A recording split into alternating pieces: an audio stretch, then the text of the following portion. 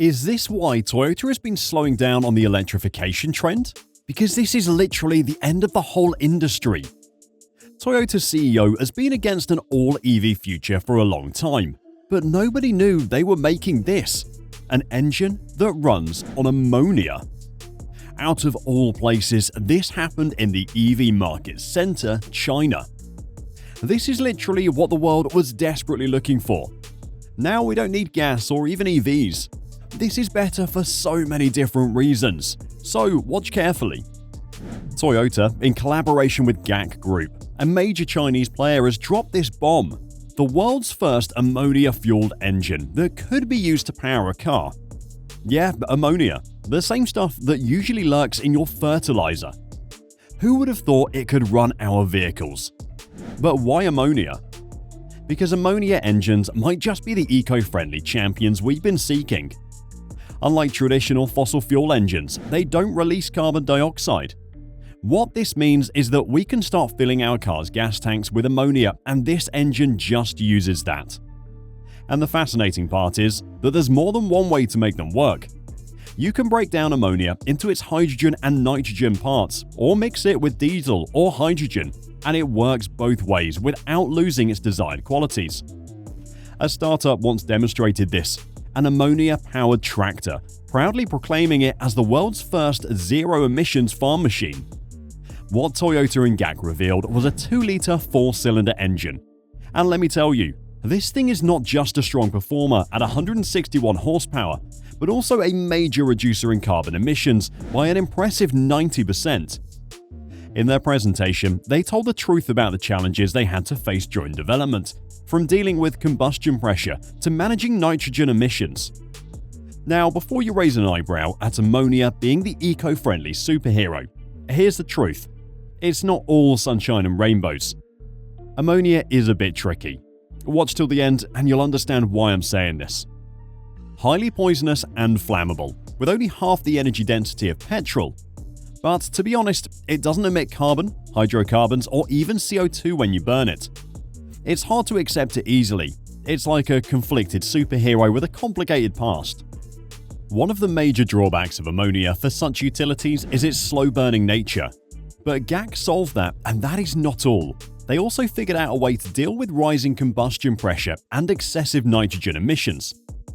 They developed a new type of technology like spark ignition, direct injection, and exhaust gas recirculation to make the combustion process much easier. Chi Hongyong, a GAC engineer excited to share some breakthrough news, said that they figured out how to make ammonia burn faster. This is so exciting because now ammonia can be used in internal combustion engines or in a hybrid system. Plus, unlike hydrogen, it's a piece of cake to store and transport. You see, hydrogen is stored in a sophisticated tank that can resist high pressure. And guess what? Toyota isn't just cheering from the sidelines. They're diving headfirst into the world of alternative fuels. From hydrogen fuel cell mirrors to putting hydrogen-powered combustion engines to the test in motorsport, they're all in. Now they've even made a strategic investment in GAC. This hints at a possible ammonia-powered future, potentially starting in China and then making waves globally. But China, the juggernaut of electric vehicles, might be looking for a new path. A lot of sources hint at China banning internal combustion engines. The stage is set for ammonia-powered vehicles to steal the spotlight. It is really simple logic. Low carbon, cost-effective, and a slap in the face of air pollution. What more can we want? And if you don't know this, things have been a game between global superpowers. Just like tariffs, governments have been manipulating their policies to however it benefits their economy and their reputation on the world stage. China is already winning the EV race, but that is turning out to be bad. Why? It is complicated, so we'll be explaining as we continue with the video. China is already trying to get one up against the world with EVs. So imagine what the CCP could do with a technology like this. The global economy as we know it today would be turned upside down. But let's rewind a decade. A Korean research institute has already been doing this. They made a car that ran on a mix of 70% ammonia and 30% gasoline, boasting a mind-boggling 70% reduction in carbon emissions. A sneak peek into what could be. an ammonia-fueled engine. This was a big breakthrough. Imagine this much reduction in emissions on a global scale. But hold your horses. Ammonia is purely emission-free. Both the Korean Institute of Energy Research and GAC did sneak in a bit of carbon dioxide into the mix. But hey, a 90% slash in emissions is still better than what we have now. This hybrid approach of mixing ammonia with another fuel isn't just a compromise. It's a stroke of strategic engineering. It ensures smooth performance, whether you're cruising at high speeds or taking it easy on the road. Now, you might be asking, why the sudden focus on alternative fuels? Simple, they give a second chance to combustion engines. These creative fuel choices could end up being more cost-effective to make than fully electric vehicles, tackling not just environmental worries, but also the practicality and affordability issues that often hover over EVs. That is why Toyota is taking a forward-thinking approach. Besides crafting electric vehicles, that is something we should all appreciate, because EVs, as it turns out, are not what we exactly thought they were. A new consumer report showed that EVs have an 80% chance of having an issue or malfunction with their customers when compared to combustion engines. And if you have an EV, you know how much it costs to fix a small damage. Even a small scratch to the body could cost you in the thousands. And let's not even start talking about the battery repair expenses.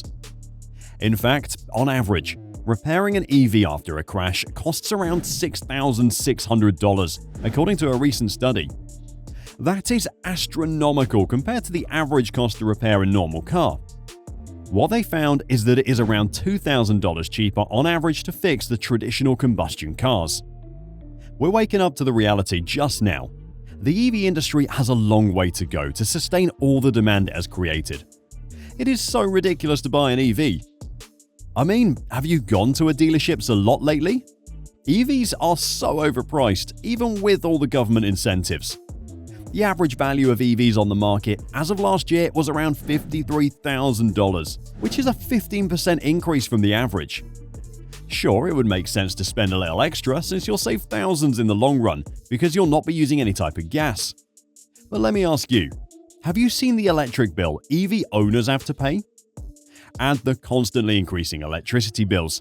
It just went up by 10% from last year in the US. It is simple logic.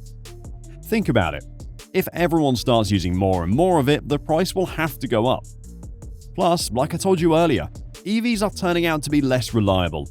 And because of that, insurance companies are now raising their rates. And if you don't want to pay a high price for insurance, then how will you be able to pay those hefty repair costs? EVs simply don't make sense. A lot of people have been blaming this on government policies. They're just dumping dollars into the industry, but nothing is coming back. There is no return on their investments. This is a global phenomenon where governments are competing with each other. It's like they want to see who can keep losing money longer. This is not political, just look at the market. EVs are piling up in lots in the tens of thousands, and companies will keep making them because they all want the tax breaks. And now a lot of governments, including China and the US, are trying to ban all gas-powered cars. After looking at these shenanigans, no one seems to want to buy an EV. But what can we do? There'll be no other option. The lingering question is whether this new ammonia engine technology will transition from the planning stage to commercial availability. And if it does, will it stay local or launch globally? While the answers remain classified on Toyota's lock shelf, it is clear that the world will not just be sitting on the sidelines while China gets all the benefits. In these volatile market conditions, alternative fuels take center stage. They're literally breathing new life into combustion engines and offering an eco-friendly choice for a broader consumer base. Challenges exist, but the ongoing pursuit of solutions and unexpected players entering the field add a bit of hope. Ammonia engines, offering low-carbon and cost-effective alternatives to fossil fuels, have the potential to reduce reliance on oil imports, cut air pollution, and kick out those overpriced, so-called modern EVs. As technology matures, we really could witness a shift where cleaner and more sustainable transportation becomes a global reality. But what do you think? Let us know in the comments, and if you want to know the details of the EV market crash or the whole car market collapse, you can watch the video we've posted here on our channel. Thanks for watching, and I'll see you there.